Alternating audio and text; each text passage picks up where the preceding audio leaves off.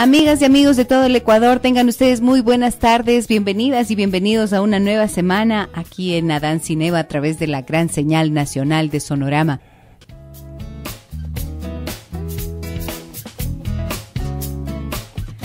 De acuerdo a la Enciclopedia Católica, se entiende por exorcismo el acto de conducir o protegerse de los demonios o espíritus malignos de personas, lugares o cosas que se cree están poseídos o infestados por ellos o que son susceptibles de convertirse en víctimas de su maldad.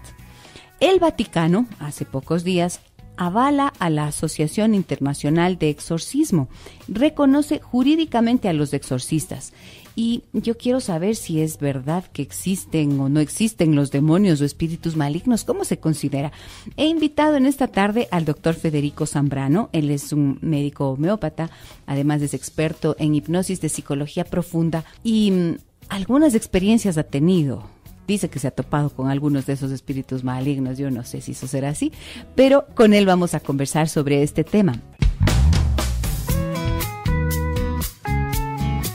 Y le doy la más cordial bienvenida ya en este momento al doctor Federico Zambrano. Él es un colaborador permanente del programa desde hace mucho tiempo y nos conocemos precisamente por su actividad de médico homeópata y de experto en hipnosis de psicología profunda. Doctor, buenas tardes, bienvenido al programa, ¿cómo está?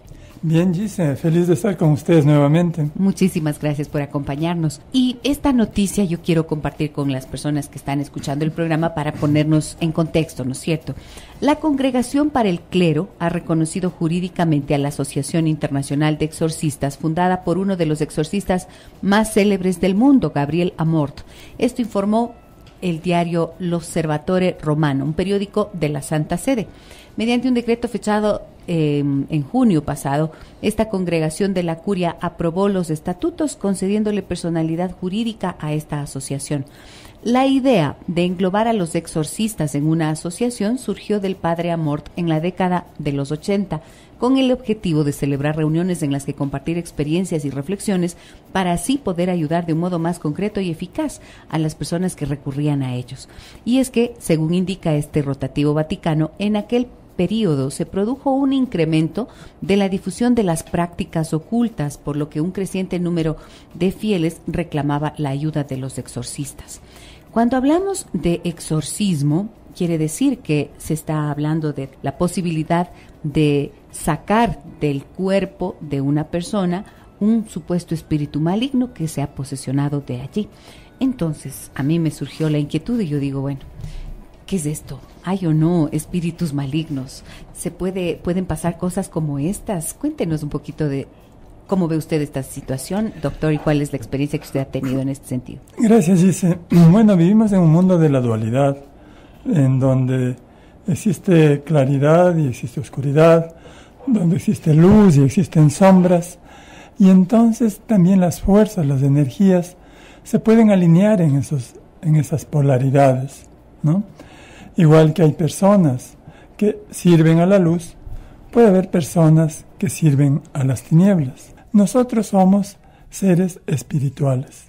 ¿Qué quiere decir? Que este cuerpo material al que le podemos tocar, sentir, ver, está animado por fuerzas invisibles, pero fuerzas inteligentes, ¿no? Estas energías van de lo más denso a lo menos denso. Lo menos denso, lo que abarca todo, sería el espíritu, que sería en definitiva lo que está animando a este cuerpo físico que es el que está aquí. Y esto es lo que se considera la parte más sutil, o esta parte, yo al menos la reconozco como una parte sagrada, el espíritu, lo trascendente. Exactamente. Aquello que nos conecta con la divinidad. Exactamente, porque eso es cada uno de nosotros. Eso es lo permanente, esa es nuestra esencia. El cuerpo, después de un número determinado de años, más o menos, de acuerdo al caso, va a entrar a regirse por las leyes de la entropía, al envejecimiento, a la putrefacción y a dejar de existir. Sí. Mas el espíritu no deja de existir nunca. El espíritu es algo permanente, el que nos da la información de lo que somos y aquello que se lleva la información de lo que hacemos y de lo que seguiremos siendo. Esto de acuerdo a qué línea de pensamiento, de acuerdo a qué filosofía, qué corriente. Bueno, a cualquier corriente que no sea atea, ¿no es cierto? Porque nosotros podemos ver dentro de la corriente espiritual, hay muchísimas corrientes que las describen las distintas filosofías y religiones del mundo, ¿no es cierto? Si nosotros somos vitalistas, espiritualistas, es decir, que creemos que hay una fuerza que nos anima, que de alguna manera gobierna este cuerpo físico, pues hay un montón de maneras de interpretarla y de describirla. Es decir, que esto, tal como lo está usted planteando, tendríamos que pensar que existe aquello de las vidas pasadas. No necesariamente hacemos desde el pensamiento netamente espiritualista, porque aquí hay dos grandes corrientes. Una corriente que es la corriente inspirada por la religión judeo-cristiana, ¿no? Y todas las que se derivaron de esto, ¿no? Desde los judíos, del cristianismo y todas las ramas, ¿no? Que hablan pues de una vida. En esta vida actuamos bien o mal, y en eso estamos como nosotros sacando como recompensa eterna, como castigo eterno, el posterior destino de nuestra alma. Y hay la corriente oriental que habla de que esta vida es sencillamente una escuela de perfeccionamiento en donde voy a subir en muchos niveles de lo que tengo que aprender, pero es imposible hacerlo en una sola vida y tendré que seguir una y otra vez hasta alcanzar la perfección. Por lo tanto, tendríamos que pensar, y eso sí, independientemente de cualquier corriente, que hay algo trascendente que anima el cuerpo físico. Exactamente. Esto es el espíritu. Eso es el espíritu. Ese es el espíritu. Y entonces, ¿corresponde a una energía sagrada? Es una que energía, proviene de Dios, lo que pueden llamar muchas personas Dios. Sí, es una energía sagrada, porque cada uno de nosotros somos un ser sagrado. Y lo que hace sagrado a cada uno de nosotros es el espíritu que nos anima. Es un espíritu divino que viene de Dios y va hacia Dios. El exorcismo es una oración oficial que hace la Iglesia Católica en la que se invoca a Dios y se exige al diablo que libere a una persona determinada. Este ritual fue renovado en la época de Juan Pablo II en 1998, cuando la Iglesia Católica decidió, después de casi 400 años, revisar el anterior texto de 1614, debido a los cambios que supuso el Concilio Vaticano y a los avances de la ciencia en el campo de la mente. Cuando pensamos en algo como esto, ¿no es cierto? Una oración oficial para sacarle al diablo de una persona determinada. Desde el tiempo de Jesús, se supone que él hacía precisamente esto, ¿no es cierto? Ordenaba que los espíritus malignos salieran del cuerpo de un individuo, y a esto se le conoce como exorcismo. Pero esto implicaría una creencia, que sería: hay espíritus malignos. Y si acabamos de decir que el espíritu es algo sagrado, ¿cómo podría existir un espíritu maligno? Es muy buena pregunta. Nosotros, cada uno de los seres humanos, somos entes formados por millones de células que forman desde nuestro cerebro hasta cada parte de nuestro cuerpo. Cada una de esas células es un ser viviente individual, y la vida de ese ser está en armonía con la de los otros seres que primero forman un órgano y luego forman un organismo. Este organismo funciona gracias a un liderazgo, porque de lo contrario, si cada célula se reproduciría como quiere y haría su baile, tendríamos cantidad de tumores, de tejidos muy extraños en nuestro cuerpo. El asunto es que ese liderazgo, que es el yo espiritual, el yo superior, como quieran llamarlo, lidera cada una de nuestras células y también nuestra psiquis. Cuando nosotros estamos en un estado de equilibrio, donde ese yo espiritual es el verdadero líder de nuestro ser, no hay posibilidad alguna de que ningún espíritu ni ente inmaterial entre a gobernar este organismo, este ser. Pero hay muchas ocasiones que por circunstancias de vida, sufrimientos prolongados que van minando, desgastando nuestra psiquis, o una serie de experiencias traumáticas, nuestro organismo pierde el liderazgo de su yo espiritual, y entonces, en primer lugar, las células, hay células que se enteran descuidadas, desatendidas, y pueden hacer enfermedades crónicas, degenerativas, hasta cáncer. Y a nivel de nuestra psiquis podemos hacer enfermedades mentales, y al no tener liderazgo en nuestra psiquis, puede compartir ese liderazgo con entes que están ahí inmateriales buscando la manera de expresarse a través de un organismo. ¿Qué significa un ente inmaterial? Explíquenos esto, doctor. En el momento de la muerte, nuestro ser inmaterial se separa de la materia. La materia sigue su proceso de descomposición, pero el ser espiritual que nos animaba antes sigue un proceso de evolución. Pues llámese de acuerdo a la creencia religiosa de cada uno, pues se irá a la condenación o la dicha eterna, o si es de acuerdo a la teoría renacentista, seguirá un proceso de asentar los conocimientos adquiridos para empezar una nueva encarnación. Uh-huh. Sin embargo, hay muchas veces que por distintas circunstancias estos espíritus, estos seres inmateriales, este ente inmaterial, queda como vagando, generalmente cuando hay gente que lo necesita, gente que lo ata a este plano, y muchas veces no encuentra el camino para seguir con su proceso hacia la luz, hacia la divinidad, pero trata de comunicarse con los seres a los que antes les hacía falta y busca seres sensibles a través de los cuales expresarse. Uh-huh. Lo hace conscientemente a través de los que llamamos medium o inconscientemente a través de seres a quienes posee. No necesariamente todos los espíritus que poseen son malignos. En mi experiencia he tenido varios casos y apenas uno pensaría que fue un espíritu maligno. Uh-huh. Los demás eran seres que querían expresarse para manifestar algo que tenían pendiente con sus seres queridos.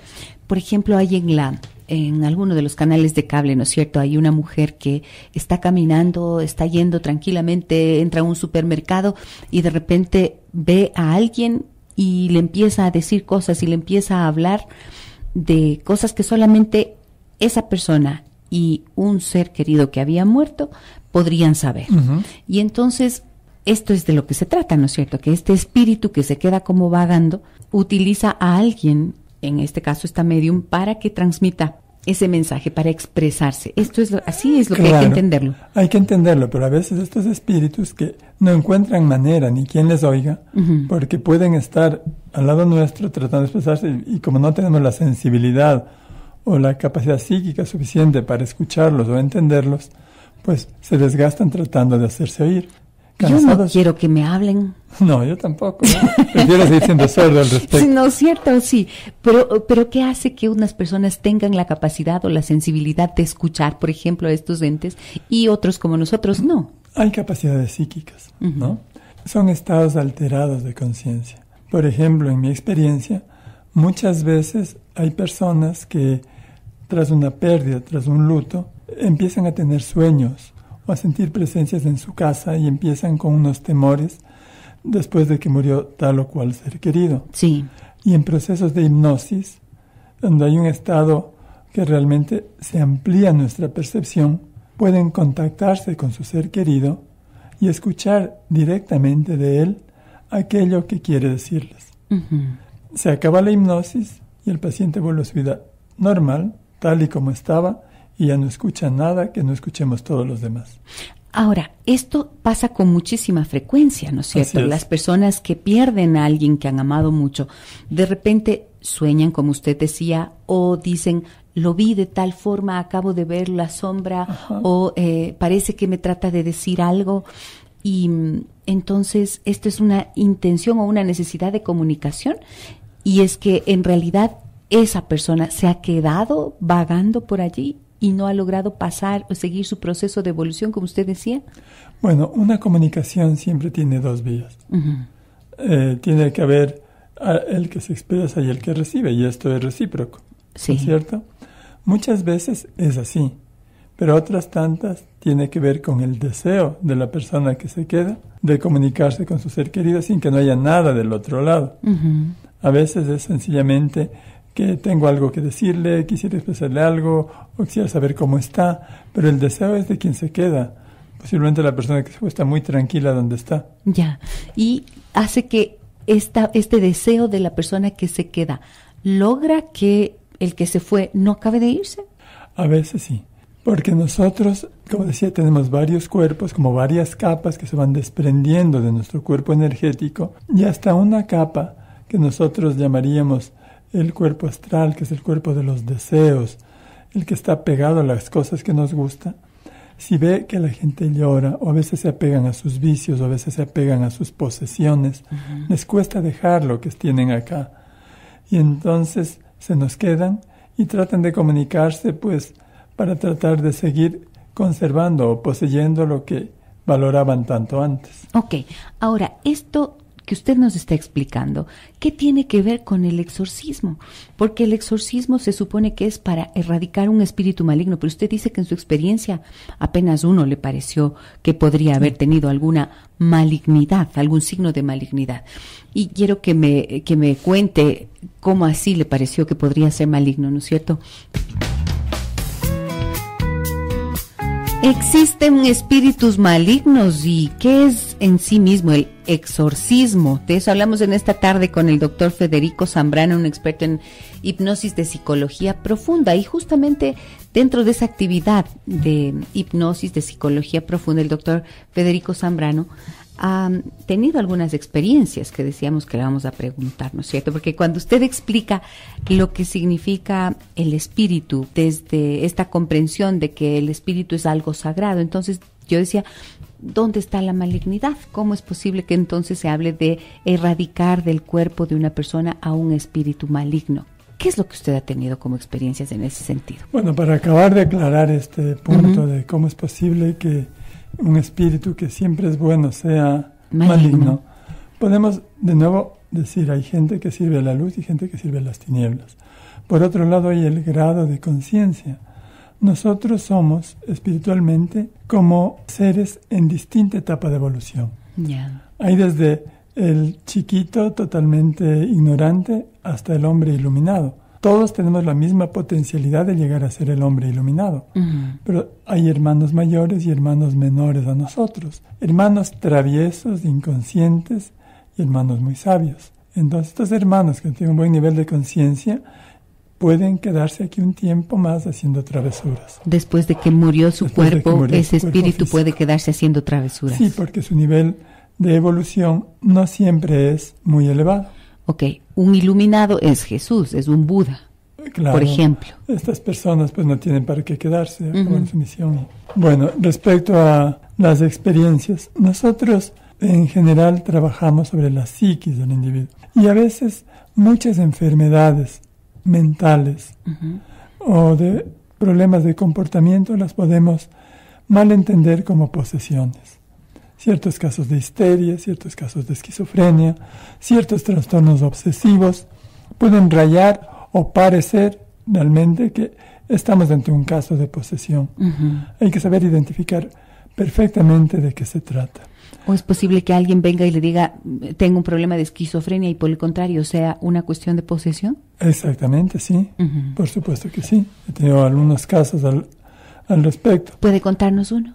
Bueno, tenía el caso de una persona que, como digo, estos casos, en general, hay una historia personal o familiar bastante complicada.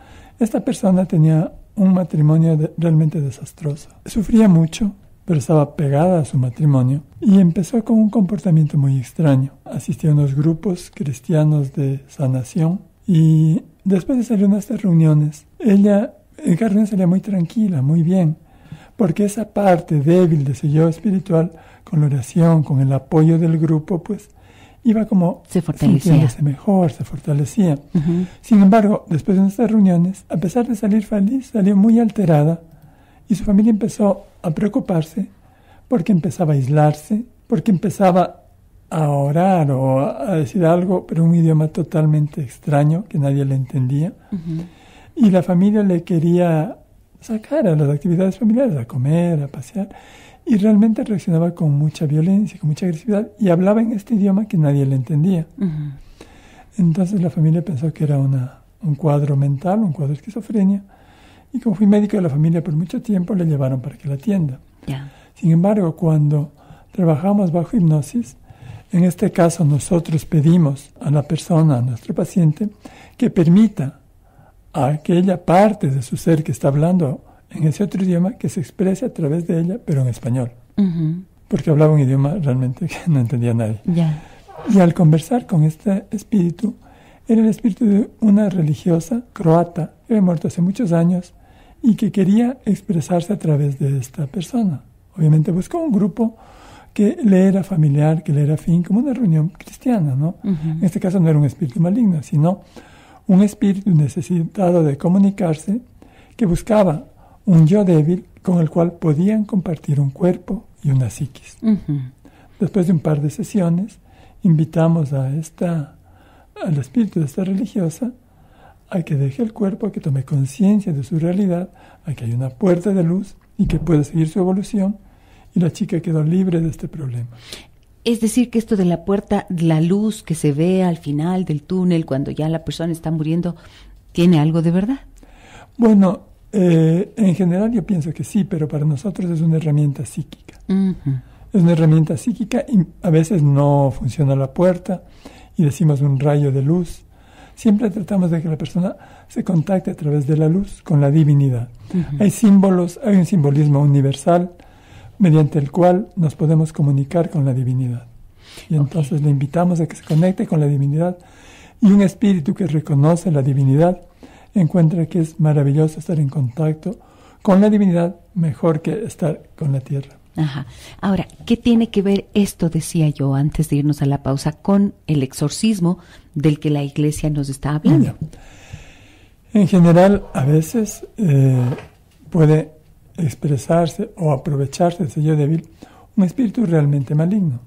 Hay gente con prácticas... Uno de estos menos evolucionados que hacen menos evolucionados, claro, que tienen prácticas, hay prácticas satanistas, hay prácticas de muy baja vibración, y la gente que sirve a esas prácticas, obviamente sus espíritus están en un muy bajo nivel de vibración. Y el rato que mueren se quedan por aquí rondando. Se quedan en ese nivel de vibración, porque son gente que sirve al lado oscuro, digamos, hacia las tinieblas, la materia, como quisiéramos llamarle. Estos seres, igual, como seres espirituales, deberían estar en contacto con la luz. Y no pueden encontrar la luz porque nunca estuvieron a su servicio. Se quedan acá también buscando cómo expresarse. A su nivel, a ese nivel muy bajo de vibración. Correcto. Y si encuentran un yo débil o tienen alguna situación que les permita entrar en contacto con una persona que tiene espacio para recibirlos, por supuesto lo van a aprovechar. Estos espíritus no van a reconocer que les mandemos a la luz. Estos espíritus van a aferrarse porque no encuentran otra manera de seguir con su existencia. Entonces, normalmente se aferran a esto y van a expresar a través de ese cuerpo toda esa energía, todo ese aprendizaje negativo que han tenido durante su permanencia en este plano. ¿Y qué le pasa a la persona que en este caso se convierte en quien aloja a uno de estos espíritus malignos? Pues el yo débil de esta persona ha permitido que ese cuerpo, esa psiquis, sea ahora manejada y gobernada por ese yo de baja vibración. Entonces hay gente, nosotros tenemos un manejo energético que va desde algo burdo a algo muy sutil, muy sublime. La gente que hace exorcismo dentro de la iglesia no es cualquier persona. Son gente muy especial, con autorizaciones de jerarquías eclesiásticas superiores, conocedores de rituales muy poderosos, mediante los cuales se ponen en contacto con esa energía negativa y a través de la energía de luz y de divinidad que tienen con ellos, ordenan por la fuerza esta energía negativa que abandone ese cuerpo.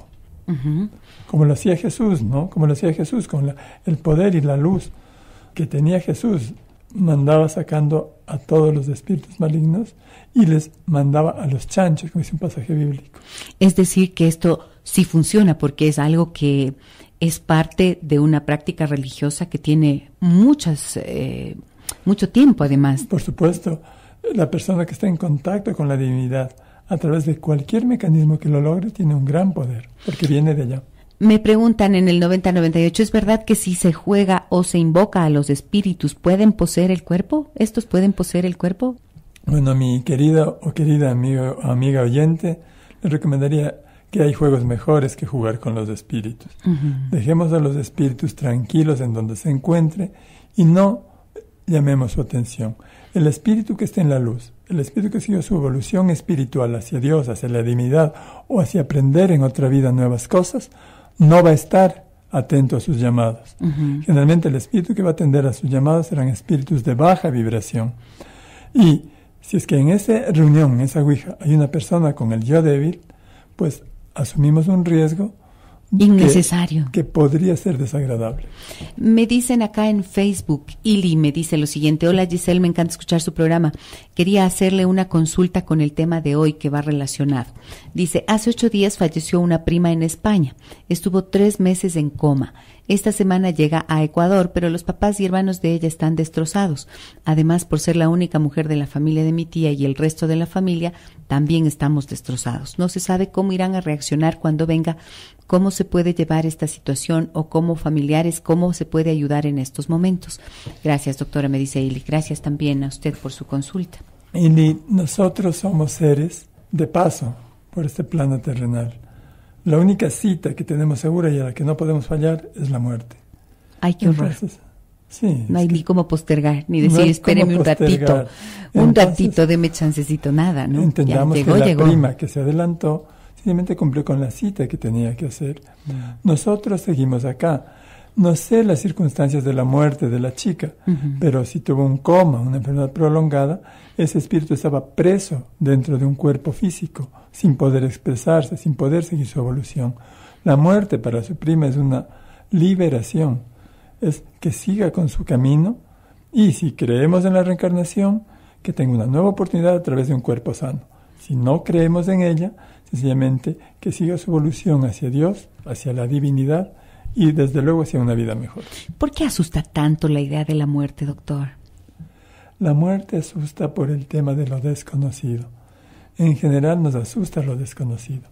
Y también si no tenemos nuestros principios espirituales bien definidos, el miedo a dejar de ser, a dejar de existir, a que con esta vida se acaba todo y ya no hay más. Una vez me acuerdo que le pregunté a usted hace tiempo en consulta, hace algunos años, cuando yo poco tenía este temor que es natural de la muerte. Le dije, ¿y qué pasa luego? Porque algo tiene que pasar. ¿Qué pasa después de que uno se muere, no es cierto? Y usted me dio una respuesta que a mí me gustó, que me pareció importante y me quedé tranquila con eso. Usted me dijo, lo que ocurre es que nosotros somos un pedazo del Espíritu Sagrado, de Dios. Y lo que ocurre cuando nos morimos es que ese pedazo de Espíritu Sagrado vuelve a la totalidad de lo sagrado, que es ese Dios. Y eso a mí me dejó muy tranquila, porque entonces, claro, lo que usted mencionaba hace un momento, ¿no? Si es que el cuerpo es una prisión del espíritu, el momento en que morimos, muere el cuerpo físico, pero entonces ese espíritu se libera y regresar allá, la experiencia tiene que ser fantástica, porque entonces solamente es el amor el que está allí. Exacto, este es el mundo de la dualidad, de lo bueno, lo malo, lo claro, lo oscuro.